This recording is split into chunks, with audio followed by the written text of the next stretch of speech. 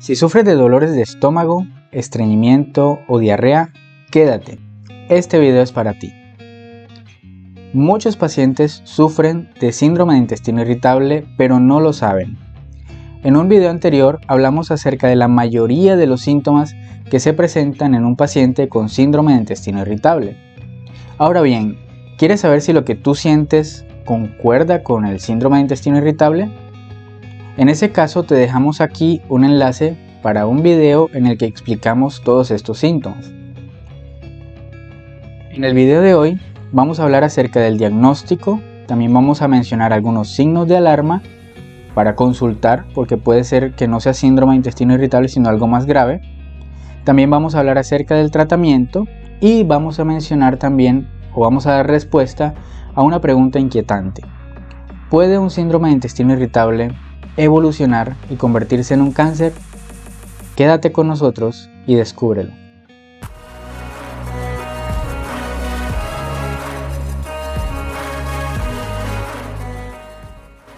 Vamos a empezar hablando acerca del diagnóstico. ¿Cómo se diagnostica a un paciente si sufre o no síndrome de intestino irritable? Una manera es acudiendo a una consulta médica para que el médico te evalúe y defina si cumples con los criterios diagnósticos. ¿Qué son los criterios diagnósticos? Es una serie de características que si el paciente las cumple, entonces se le puede diagnosticar esa enfermedad. Sin embargo, los criterios diagnósticos para el síndrome de intestino irritable han ido cambiando a lo largo de los años. Y como esto es un video enfocado en el paciente, no vamos a complicarnos hablando de criterios diagnósticos. Vamos a hablar en general de los síntomas clave. Síntoma clave en el síndrome de intestino irritable: dolor abdominal. Todo paciente debe presentar dolor abdominal y este dolor abdominal se va a acompañar de cambios en la frecuencia de las deposiciones. Es decir, aparte del dolor abdominal debe presentar o estreñimiento o diarrea. Si tú presentas dolor abdominal, estreñimiento o diarrea, puede que tengas síndrome de intestino irritable, pero también esto debe ir de la mano con la frecuencia, es decir, durante el mes en varias ocasiones debes presentar estos episodios. Y también hablamos de la cronicidad, es decir, esto no es algo de un mesecito y ya, es algo que viene presentándose de hace varios meses y quizás hasta años. Entonces, si tú eres un paciente que sufres constantemente de dolor abdominal, estreñimiento o diarrea, y esto se te viene presentando desde hace varios meses, es muy probable que sufras de síndrome de intestino irritable. Muchos pacientes que ya tienen diagnóstico de síndrome de intestino irritable me preguntan: doctor, pero ¿qué otros exámenes puedo hacerme para descartar algo más grave o otra cosa? En ese caso, yo personalmente con mis pacientes les ordeno primero exámenes sencillos o básicos y luego voy avanzando. Te voy a colocar un listado de los exámenes que normalmente se pueden hacer para descartar otro tipo de enfermedades y que tú, si quieres hacerlos de manera particular, pues puedas hacerlos y preséntalos con tu médico. El primer examen es un hemograma completo. También podemos mandar a hacer un coprológico o un coproscópico para buscar sangre oculta o problemas como parásitos o problemas como mala absorción intestinal.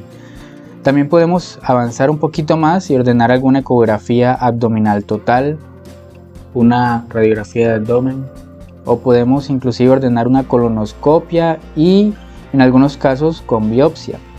Y ya en casos extremos podemos solicitar quizás una resonancia o una tomografía. En un paciente con síndrome de intestino irritable, lo más interesante es que estos exámenes salen normales. ¿Por qué? Porque el trastorno es un trastorno de la función del sistema digestivo, no tanto un trastorno anatómico, es decir, físicamente no se va a encontrar una alteración. Puede que el paciente presente algunas otras cosas, pero no van a ser cosas relevantes o de gran importancia para su salud. Ahora vamos a hablar del segundo punto, los signos de alarma o signos de advertencia. El primer signo de advertencia. Recuerden que en el video anterior mencionamos que la edad de inicio del síndrome de intestino irritable es en la adolescencia o a principios de la edad adulta. Es muy extraño que un síndrome de intestino irritable se presente después de los 50 años. Entonces, si tú tienes más de 50 años y estás empezando a presentar los síntomas de síndrome de intestino irritable, debes consultar con tu médico y debes solicitarte exámenes adicionales porque normalmente a esa edad no se presenta. Es más común que a esa edad se presenten otro tipo de enfermedades más graves y delicadas que el síndrome de intestino irritable. Otro signo de alarma, la pérdida de peso involuntaria.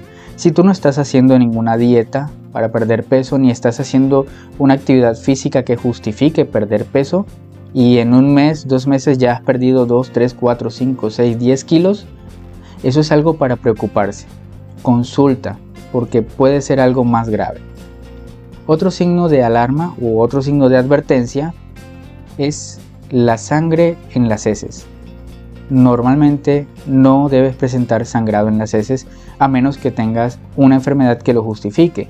Si tienes síndrome de intestino irritable y tienes sangrado intestinal, debes consultar con tu médico. Otro signo de alarma, antecedentes familiares de problemas cancerígenos. Entonces, si tienes síndrome de intestino irritable, ¿qué debes hacer? Habla con tu mamá, habla con tu papá y pregúntales sobre tus abuelos, sobre tus bisabuelos. Es decir, averigua en tu familia si hay antecedentes de algún tipo de cáncer o tumor en el sistema digestivo. Y si lo hay, entonces debes hacerte los exámenes porque aunque tengas síndrome de intestino irritable, como tienes el antecedente, debemos descartar que no vayas a presentar esta enfermedad. Otro signo de alarma, fiebre acompañando el dolor abdominal. Un paciente con síndrome de intestino irritable puede presentar muchos síntomas, pero no fiebre. Si tienes fiebre hay que indagar y ver cuál es la causa de esa fiebre. Puede ser algo como un abdomen quirúrgico, una apendicitis o algo mucho más delicado.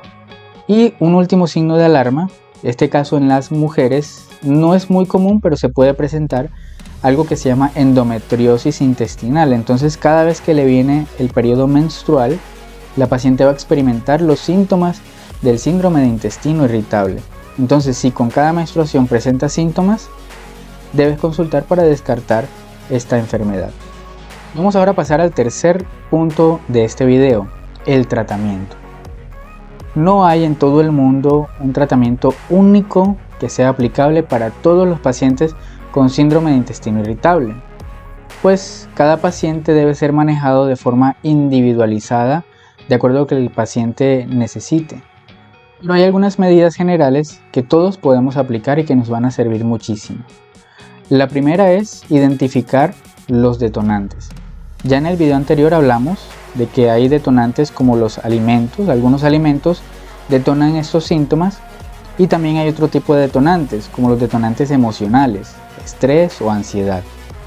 Lo segundo, como medida general, es ya identificamos los detonantes. Ahora, ¿qué tenemos que hacer? Eliminarlos. Y si no es posible eliminarlos, debemos tratar de controlarlos.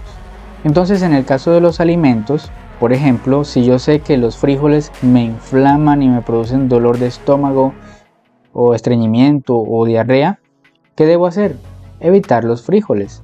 Y así con cualquier alimento que nos genere a nosotros los síntomas. Debo tratar de evitarlos o controlarlos durante un tiempo mientras me mejoro de los síntomas.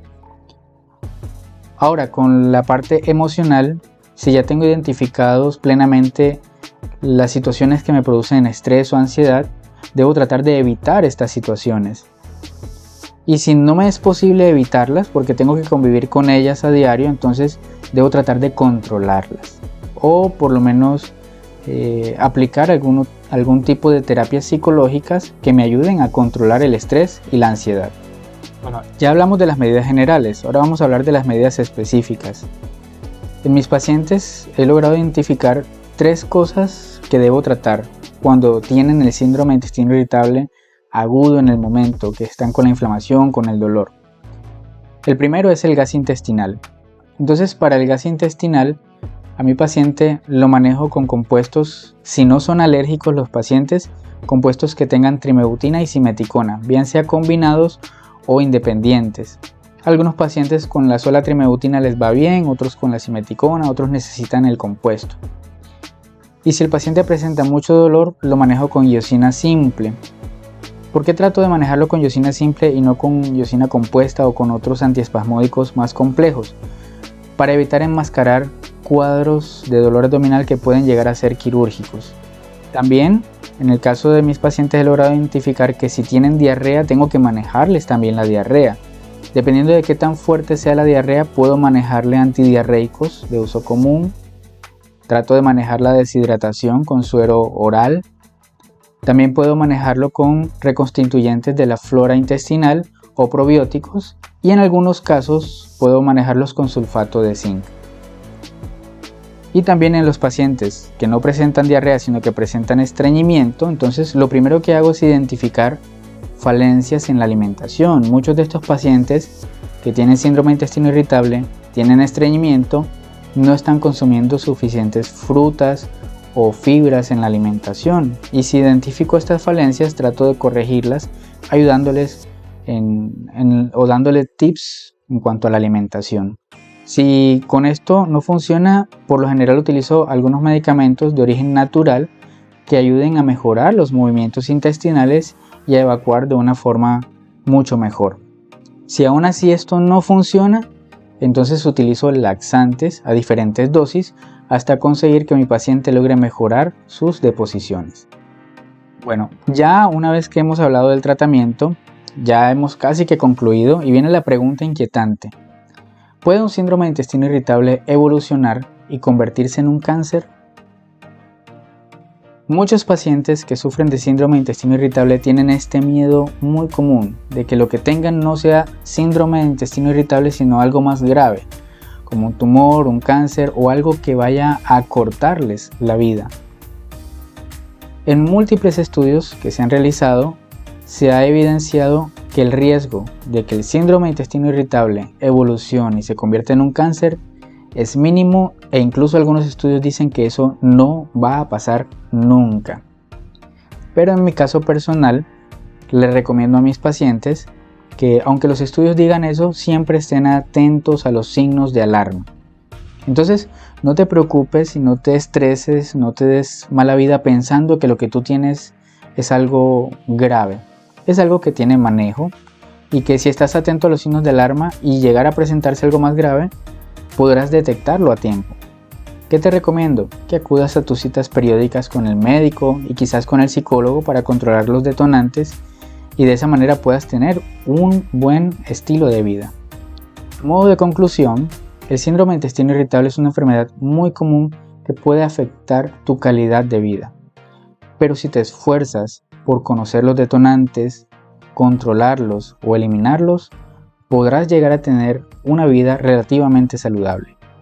Esto ha sido todo por hoy. Nos vemos en un próximo video.